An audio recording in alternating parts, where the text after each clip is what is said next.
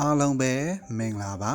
Take Unit YouTube Channel ကနေຫນွေးထွေးစွာကြိုဆိုပါရစေဒီနေ့တင်ပြပေးသွားမှာကတော့အဝတ်လျှော်ဆက်ညစ်ကံမော်တာလဲအားမကောင်းတာကိုပြန်လည်ပြုပြင်တဲ့နည်းပဲဖြစ်ပါတယ်ဆက်လက်ရှုစားအားပေးကြပါဦး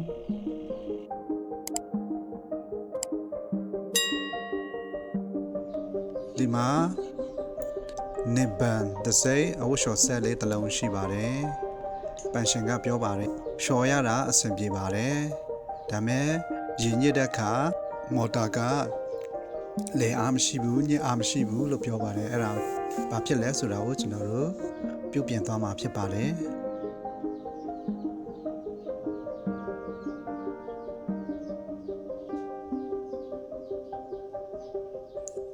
WMSA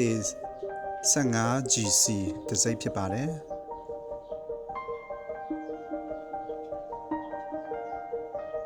ကျွန်တော်အထက်ကိုတစ်ချက်ဖွင့်ကြည့်ပါမယ်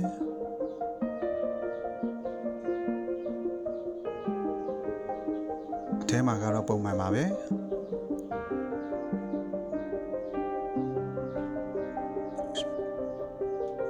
ရှော့ကန်တိုင်းမာလေးကိုဖွင့်ကြည့်ပါတယ်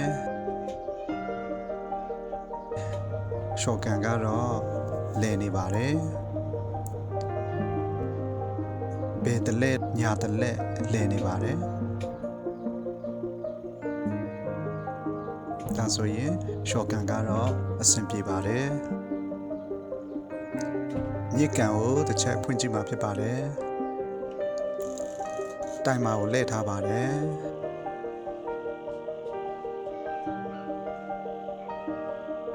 ညစ်ကန်ကမလဲပါဘူးတိုင်မာကိုဖွင့်ထားပေမဲ့မလဲဘူးဖြစ်နေပါတယ်ကျွန်တော်အဆုံးထိတင်ကြည့်ပါမယ်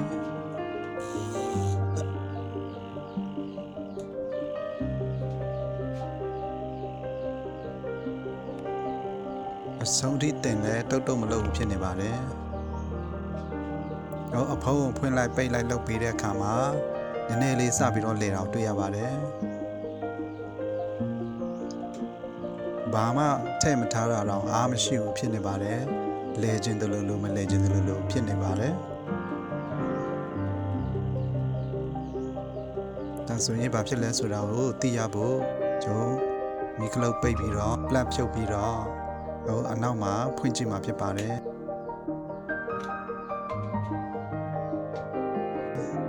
နိဗ္ဗာန်တစိမ့်ဖြစ်ပါတယ်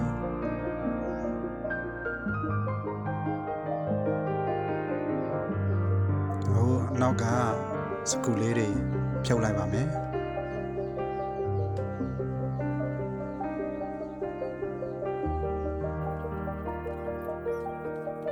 ဗီဒီယိုအရန်ရှည်မှာဆိုလို့ကြော်လိုက်ပါမယ်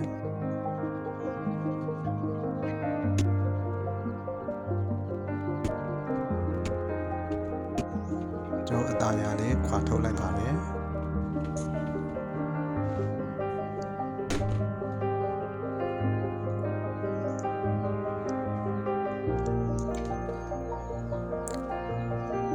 အဝတ်လျှော်ဆက်ရဲ့အထဲပိုင်းပုံစံဖြစ်ပါတယ်။ဘုတ်ဘက်မှာလမ်းမြင်နေရတာတော့ညစ်ကန်ရဲ့မော်တာဖြစ်ပြီးတော့ဒီညာဘက်ကမော်တာတော့ရှော့ကန်ရဲ့မော်တာဖြစ်ပါတယ်။ဒါကတော့ညစ်ကန်ရဲ့မော်တာဖြစ်ပါတယ်။ဒီမှာ brake shoe လိုမျိုးထိန်းထားတဲ့ကျိုးလေးကတန်ကြီးလိုက်ပြီးတော့ပြတ်သွားတာကိုတွေ့ရပါတယ်။ဒါကြောင့်မလို့ဒီ brake shoe လေးကအမြဲတမ်းမိနေပြီးတော့ညစ်ကန်ကအားမရှိရခြင်းဖြစ်ပါတယ်။ဒါကိုဒီမှာသူ့ရဲ့ကျိုးလေးဖြစ်ပါတယ်။ကျိုးလေးပြတ်သွားတာဖြစ်ပါတယ်။အဲ့ဒါကိုကျွန်တော်တို့လဲပေးလိုက်ရင်အဆင်ပြေသွားနိုင်ပါတယ်။ဒီကျိုးလေးကို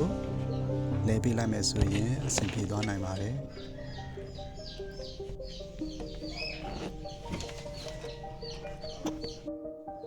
ကျွန်တော်မီဂျိုထိုးပြီးတော့စမ်းကြည့်အောင်မှာဖြစ်ပါတယ်အထဲမှာဘယ်လိုဖြစ်နေလဲဆိုတာကိုကြည့်ကြည့်မှာဖြစ်ပါတယ်ကလုတ်ကိုဖွင့်လိုက်ပါပြီညစ်ကန်မော်တာလဲလာပါတယ်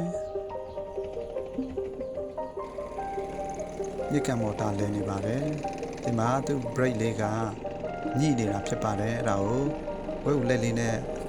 တုံးပေးလိုက်တဲ့နေရာမှာသူကချောချောချူချူပို့ပြီးတော့လဲနိုင်အောင်တွေ့ရပါတယ်လွတ်လိုက်မယ်ဆိုရင်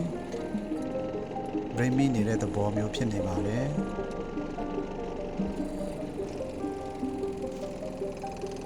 ဒါကြောင့်မလို့အားမရှိရခြင်းဖြစ်ပါတယ်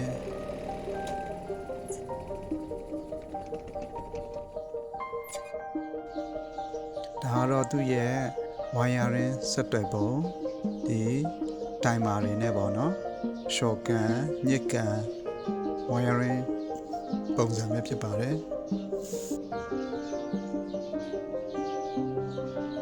အဖုံးညစ်ကန်အဖုံးဖွင့်လိုက်တဲ့ချိန်မှာ contact point တစ်ခုကလွတ်သွားပြီးတော့ဒီညစ်ကန်မော်တာကိုအလဲရက်သွားအောင်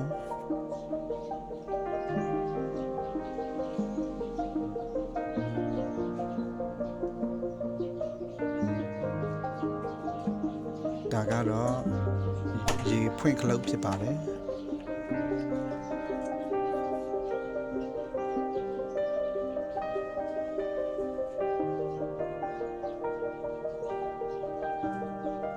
ဒါကတော့ short timer ဖြစ်ပါတယ်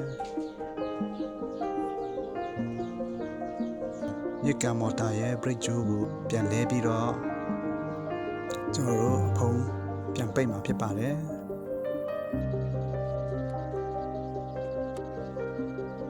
ကျွန်တော်နက်လေးတွေပြန်တက်လိုက်ပါမယ်ကျွန်တော်တို့ဒီညစ်ကန်ရဲ့ကျိုးလေးကို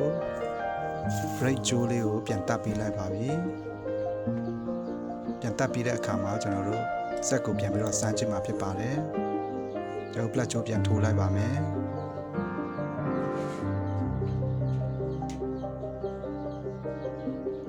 ဒီကလုတ်ဖွင့်လိုက်ပါမယ်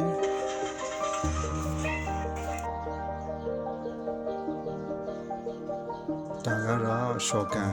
timer ခလုတ်ဖြစ်ပါတယ် shotgun ကတော့အစကတည်းကကောင်းပြီးသားပဲဆိုတော့အဆင်ပြေပါတယ်အဲဆိုရင်ကျွန်တော်ညစ်ကန်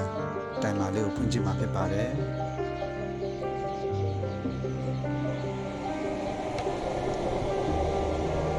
ဒီမှာအာရပါရလဲနေတာကိုတွေ့ရပါတယ်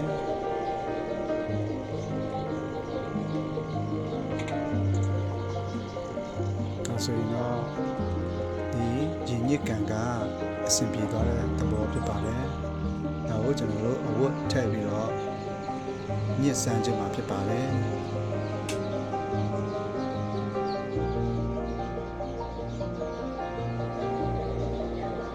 အဖုံးဖွင့်လိုက်ရင်အလဲရသွားတော့တွေ့ရ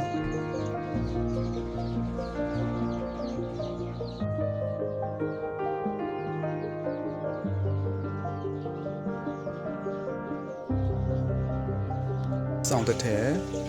ထဲဆန်းလျှော်ခြင်းမှာဖြစ်ပါတယ်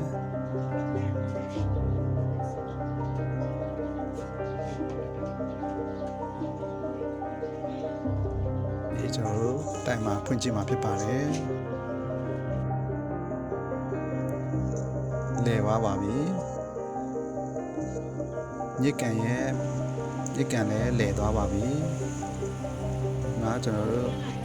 တော့ဖွင့်ကြည့်လိုက်ရင်ဖုံးဖွင့်လိုက်ရင်အချိန်ရော့သွားတာကိုတွေ့ရပါတယ်ကျွန်တော်ပြန်ပိတ်လိုက်မှပဲအာရပါရလဲတဲ့အတန်ကိုကြားနေရပါတယ်ဒါဆိုရင်အဆင်ပြေသွားပြီဖြစ်ပါတယ်